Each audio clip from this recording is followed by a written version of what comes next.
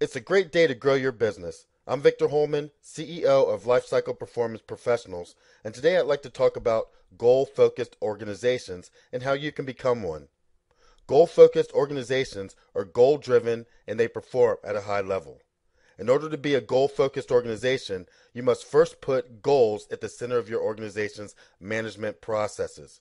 Goals cannot be executed if they cannot be understood, and they can't be understood if they can't be described. It's really important that you manage your business by goals and objectives. The most successful businesses in the world, every employee within the business understands what their goals and objectives are and how their goals and objectives fit in with the overall goals and objectives of the organization. This is a key point in organizational alignment. People need to know what it is that they're expected to do.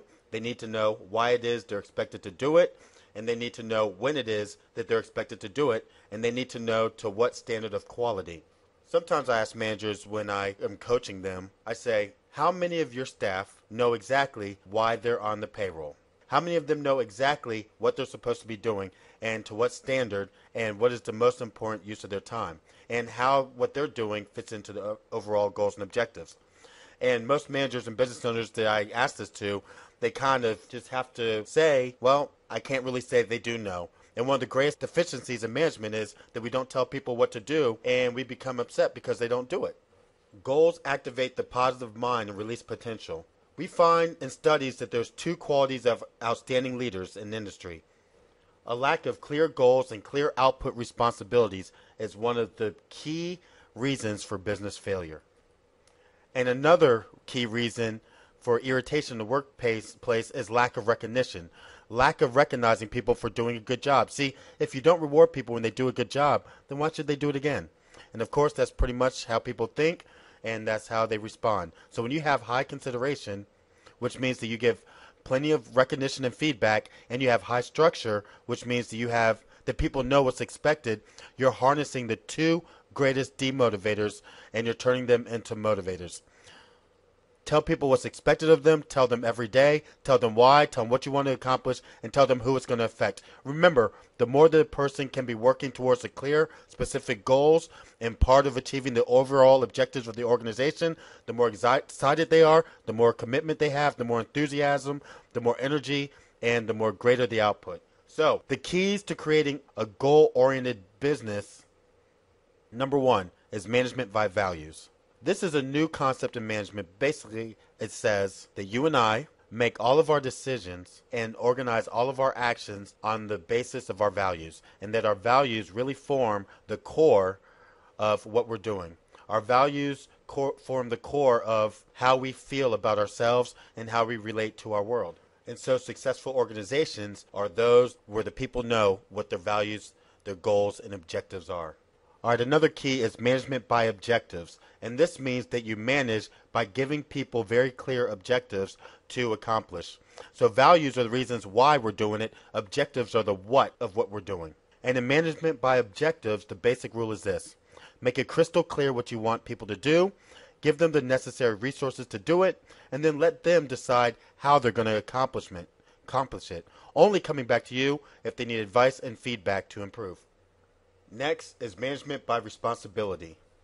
Management by responsibility means to make people individually responsible for the accomplishment of a specific task. One of the things that we found is that each individual needs to have a set of goals and responsibilities, and especially one specific goal and responsibility for which they're totally responsible for.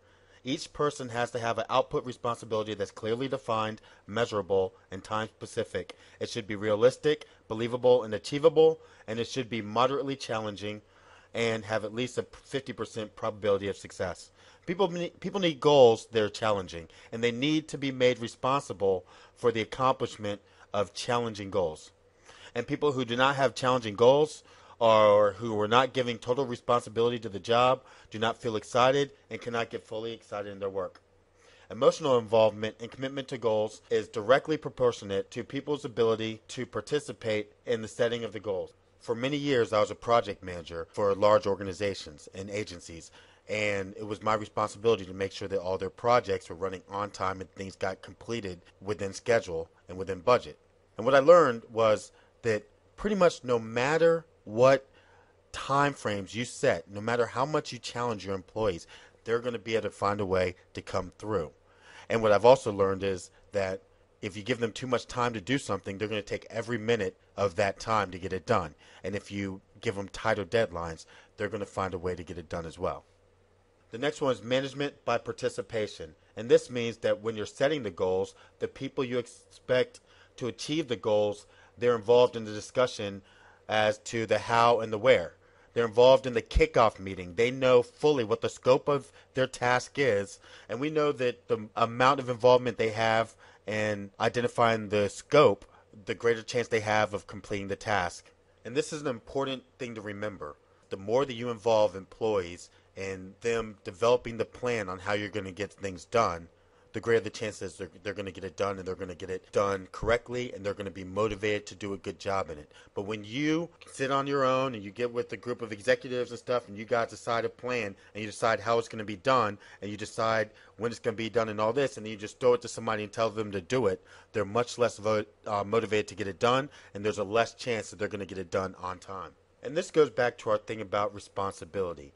The more you can involve somebody in the early phases of planning how you're going to get something done, the more responsible they feel in making sure that it's executed correctly. Each person needs to know why it is they're doing what they're doing, and each person needs to understand the big picture. You'll find if you tell a person how to do something and you show them how it fits into overall objectives of the organization, they'll have a much better attitude toward doing it, and they're going to do it much better. If a person understands, there's a great analogy, and that's you can tell somebody to go get a bucket of water, and they'll just be, oh, well, they'll go and they'll mosey on down, they might get the water. But if you tell somebody to go get a bucket of water because the building's on fire, well, they're going to have more urgency, they're going to hurry, they're going to hustle, they're going to get it done because they understand the importance of it, and they understand why you're asking them to get it. And the same thing goes for your business. People need to know why they're doing something if you expect them to do a really good job. Regular feedback, now that's another motivator too. Now, what do we mean by feedback? Feedback is another motivator for getting things done. When you're talking to your employees and you're constantly following up, asking them how they're doing, do they need any help? Is there anything that you can assist them with? If you tell them they're doing a good job and you reinforce what the milestones are and the deadlines, you have a greater chance of the job getting done and getting done well and to your level of satisfaction than if you just assign somebody to do something and you don't follow up, you don't give them feedback, and then all of a sudden you just expect it to be done. Because people are motivated when you are following up, because it lets them know that you feel that it's important. You feel it's important enough to follow up and give them feedback so they understand it's important to get done. But when you don't give that feedback, then they don't realize how important it might be. There's a saying, the squeaky wheel gets the grease. And it's kind of the same when it comes to offering feedback to your employees. What you offer them feedback and let them know is important is what they're going to work the hardest to make sure it gets done. Another key is to create an environment of informality. Studies have shown that less stress means greater performance. So the less stress an employee has, the more informal the environment is, the easier they feel they can come to you and talk to you, the better they're going to perform, and the more productive they're going to be. It's just like an athlete that's all tensed up before an upcoming event versus an athlete that's relaxed and confident and feels good about themselves. You know, there's a fact that people need to communicate with their bosses. They need back and forth communication and interchange, and they need to know that they can approach you and share with you their questions and concerns. So the more that you encourage an open door, the more you encourage informality, the greater the performance of your organization. When people get tense about status and who they can talk to who and the pecking order and chain of command, people start to spend more time concentrating on politics and less time concentrating on performance. And last, business growth requires a continuous stream of good ideas. And your employees have good ideas. And it's your job to put them in an environment where they can share their ideas, because that's how you grow your business. That's how you become a high competitor. And that's how you edge your competition. You're not going to be able to think of everything on your own. But if you can encourage your employees, if you can find a way for them to be able to share with you their ideas, then you're going to find they're going to be more motivated to think of ways to grow the business. And you're also going to find some better ways to grow the business yourself. So let's recap how you can become a goal-focused organization. Well, in order to become a goal-focused organization, every employee needs to understand their goals and objectives. They need to know what it is you want from them, why you want it, and when you need it delivered. Goals activate the positive mind. You need to set clear goals and output responsibilities. You need to recognize employees. You need to understand that decisions and actions are based on values. You need to manage by objectives. You need to manage by responsibilities.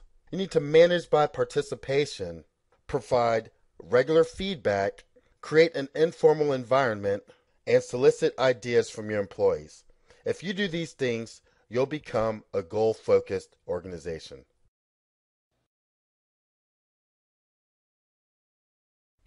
If you enjoyed this video, then join my Business Mastery Insider Secrets Club. There you'll have access to all my business mastery systems, over 1,000 business strategy videos, over 100 hours of Business Mastery University courses. You'll access my 10 business assessment tools, my 12 business planning tools, the Small Business Makeover, the 120-day performance challenge, the 6-month internet blueprint, thousands of business articles, over 700 business templates, and over 100 of my favorite business strategy ebooks. All of this for just $29 a month for a limited time. So join now.